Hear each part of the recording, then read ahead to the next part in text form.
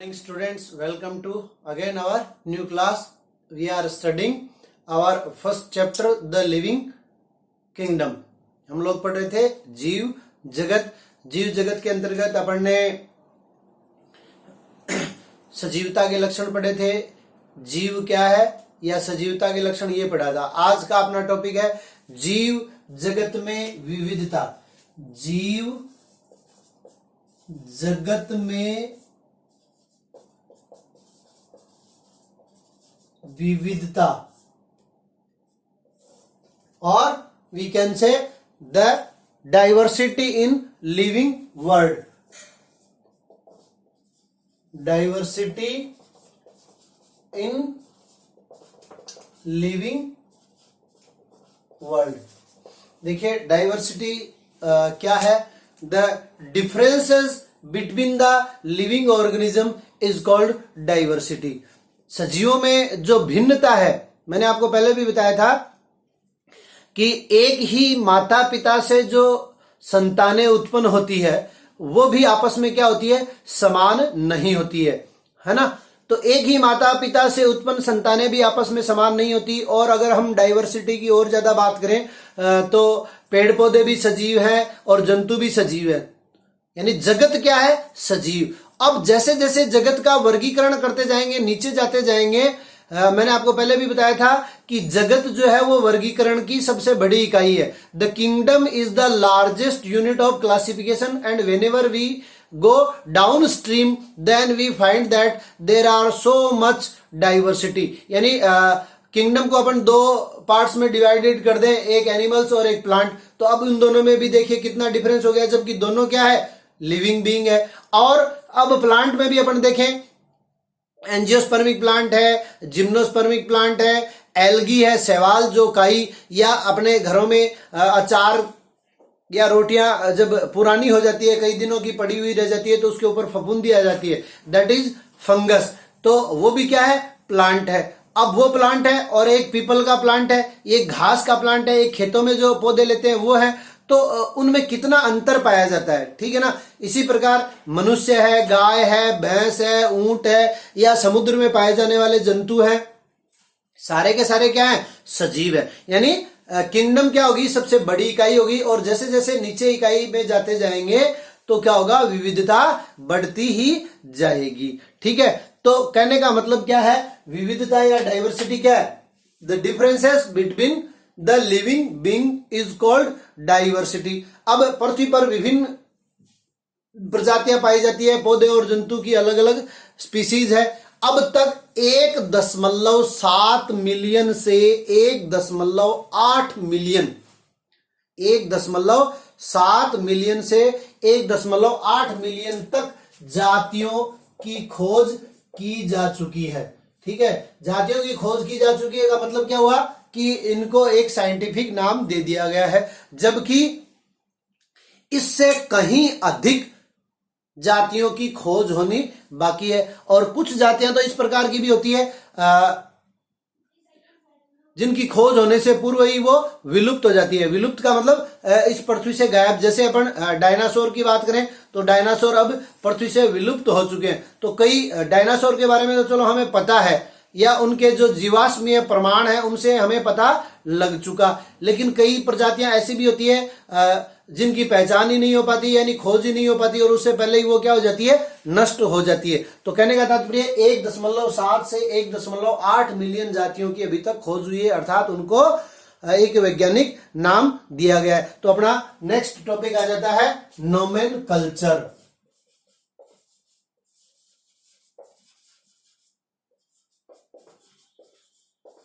या नामकरण। किसी भी सजीव जाति को आप लोग अलग अलग नाम से जानते हैं। किसी भी सजीव जाति को विभिन्न प्रदेश में, अगर हम भारत की बात करें तो अलग अलग प्रदेश में, और अगर हम देश की बात करें तो अलग अलग देश में, विश्व के अलग अलग देशों में उनको अलग अलग नाम से जाना जाता है। अब यहां पर क्या होगा, हम जीव विज्ञान पढ़ रहे हैं तो जीव विज्ञान में हम देखेंगे कि जितनी भी जातियों की खोज की हुई है वो विश्व के, भारत को छोड़कर दूसरे वैज्ञानिकों ने उनका नामकरण किया है। तो अब वहां जो लोकल नेम है उसके हिसाब से दूसरे देश के लोग नहीं जानते, या अपना अध्ययन जो है पूरा का पूरा क्या है, इंटरनेशनल लेवल का है।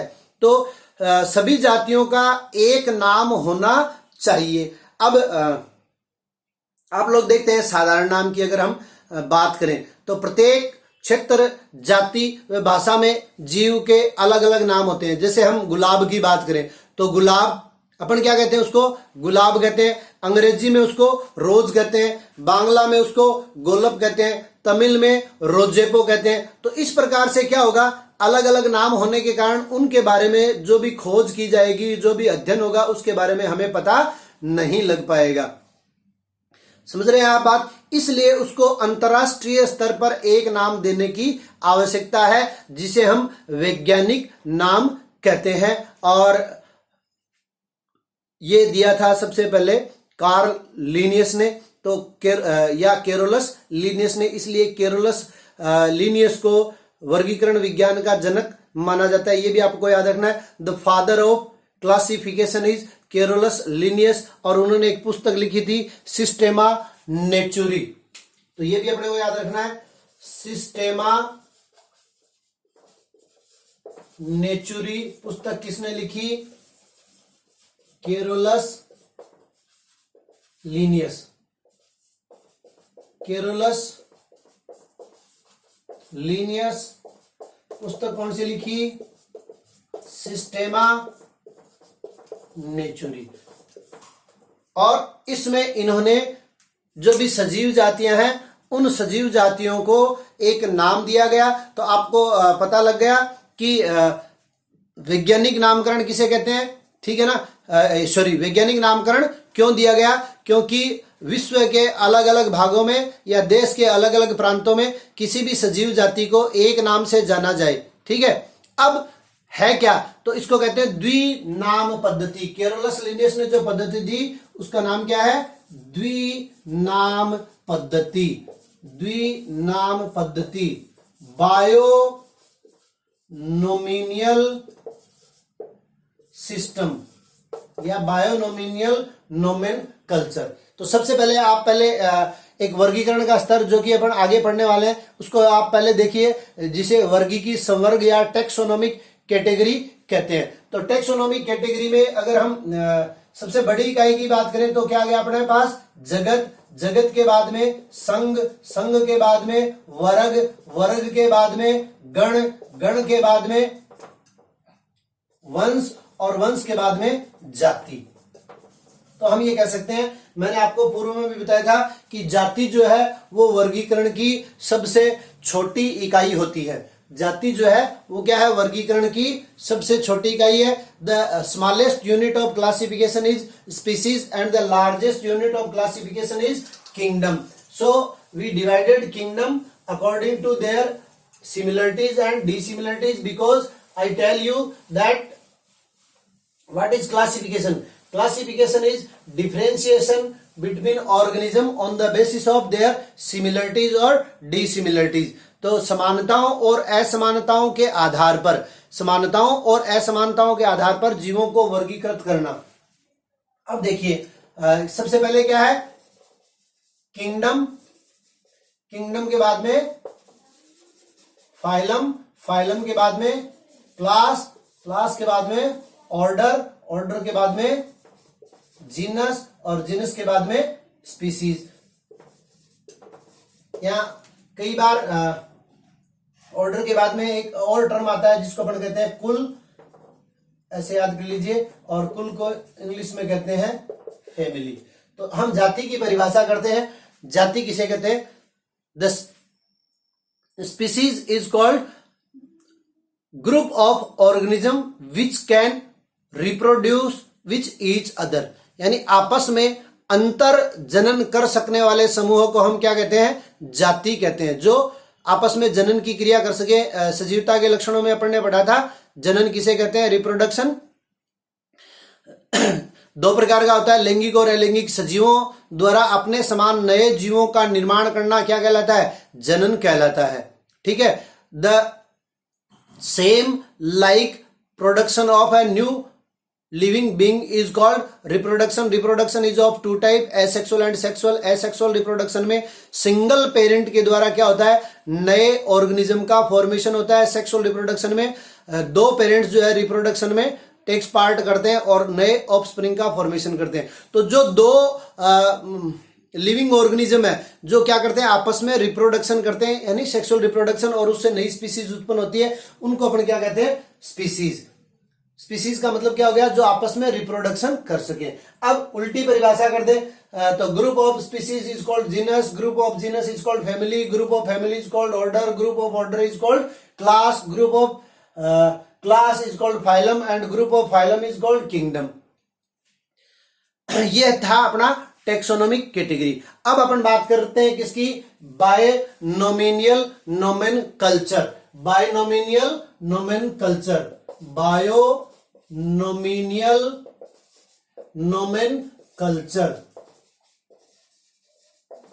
यानी द्विपद नाम पद्धति.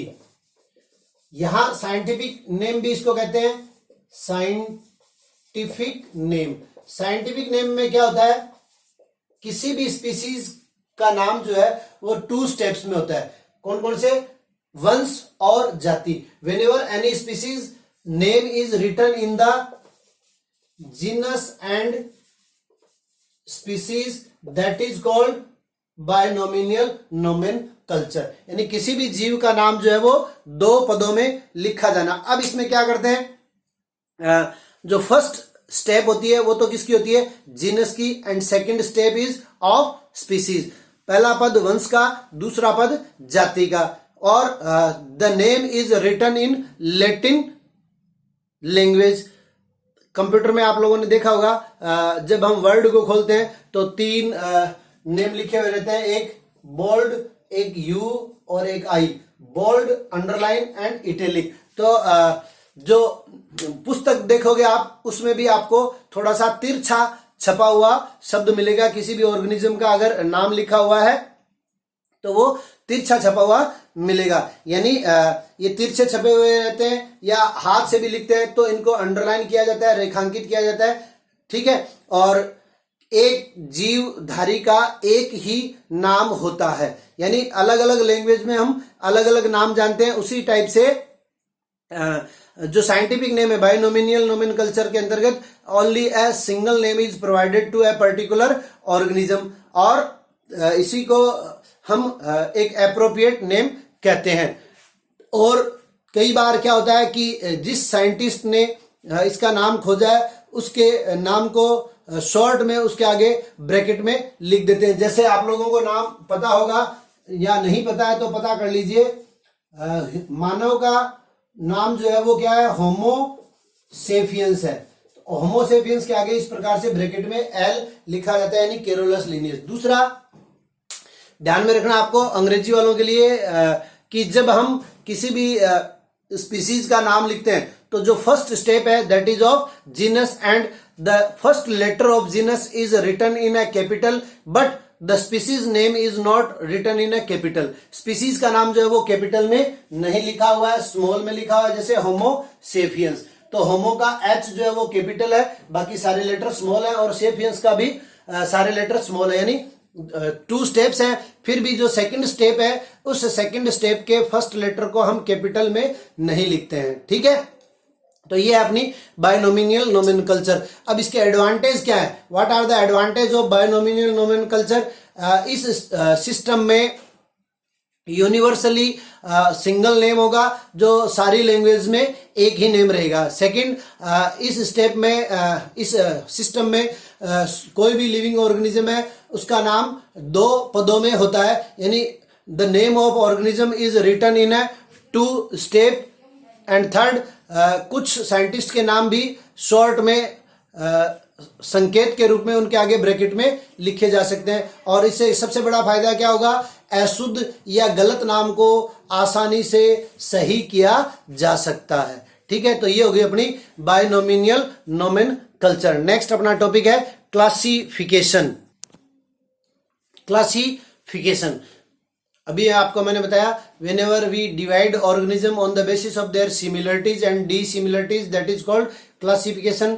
जीवों को उनकी समानता और असमानता, सिमिलरिटीज एंड डिसिमिलरिटीज के बेसिस पे डिफरेंट टेक्सोनोमिक स्टेज में या टेक्सोनोमिक कैटेगरीज में डिवाइड करना क्या कहलाता है? Classification. Why we need classification? So I tells you earlier that this made our study easy. अपने अध्ययन को सरल या सुविधाजनक बनाने के लिए क्या होता है? क्लासिफिकेशन की आवश्यकता होती है। And second thing, as you know that every year so many species are discovered, so we want to put them in a particular system, so we need classification। प्रत्येक वर्ष बहुत सारी संततियों की खोज की जाती है और उनको एक सही ऑर्डर में, सही प्लेस पे रखने के लिए हमें क्लासिफिकेशन की जरूरत होती है। Third, we need classification to study the fossils. Fossil किसे कहते हैं? जो लिविंग ऑर्गेनिज्म है उसकी डेथ हो गई है और उसके जो हार्ड पार्ट है वो डीजनरेशन से यानी अपघटन से बच जाते हैं, उसको अपन क्या कहते हैं? इवोल्यूशन। जैसे डायनासोर के बारे में अपने को जो पता चला था वो उनके फॉसिल से ही पता चला था। तो to study the fossil, next evolutionary trend जो बनाना है उसके लिए भी हमें क्लासिफिकेशन की जरूरत होती है और यह सभी लिविंग ऑर्गेनिज्म के लिए नेसेसरी होता है। अब इसके ऑब्जेक्टिव और फंक्शन क्या है? तो ऑब्जेक्टिव और फंक्शन पढ़ने के लिए वर्गीकरण का पहला कार्य है कि किसी भी लिविंग ऑर्गेनिज्म की क्या करना? आइडेंटिफिकेशन करना। सबसे पहले क्या करते हैं हम? आइडेंटिफिकेशन करते हैं यानी उसको पहचानते हैं। First of all we identify any living organism. जैसे मान लीजिए सामने से कोई व्यक्ति आ रहा है तब भी हम सबसे पहले क्या करेंगे? उसका आइडेंटिफिकेशन करेंगे कि ये फला व्यक्ति हो सकता है। और उसके बाद में हमें क्या याद में आएगा? उसके बाद में हमें याद आएगा उसका नोमेनकल्चर, यानी उसका नाम क्या है। तो first of all we can identify, then after nomenclature and then after क्या होगा? Classification. So all these three category are called classification, nomenclature and identification is called taxonomy।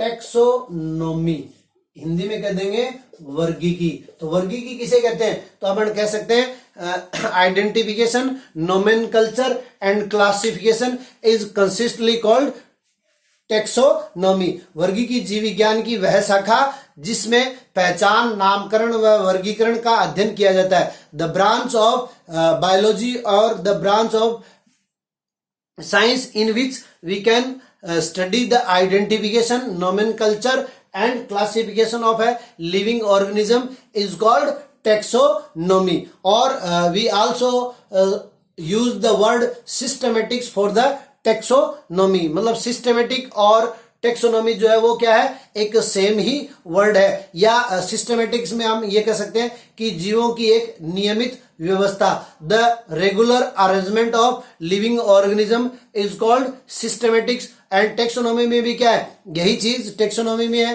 तो इससे अपने को क्या पता चलता है? इससे अपने को जीवों का इवोल्यूशनरी ट्रेंड जो है वो पता चलता है, यानी कौन से लिविंग ऑर्गेनिज्म की ओरिजिन किससे हुई थी, फिर उसमें क्या क्या डेवलपमेंट हुए, इन सब के बारे में हमें टेक्सोनॉमी से पता चलता है। और ये जो टेक्सोनॉमी और सिस्टमेटिक है ये दोनों वर्ड एक दूसरे के कॉम्प्लीमेंट्री है, पूरक है, या इन्हें कई बार सिनोनिम भी अपन कह सकते हैं। तो ये था आज का अपना टॉपिक, द्विनाम पद्धति और क्लासिफिकेशन। आगे टेक्सोनॉमिक कैटेगरीज को अपन नेक्स्ट वीडियो में पढ़ेंगे। तब तक के लिए धन्यवाद।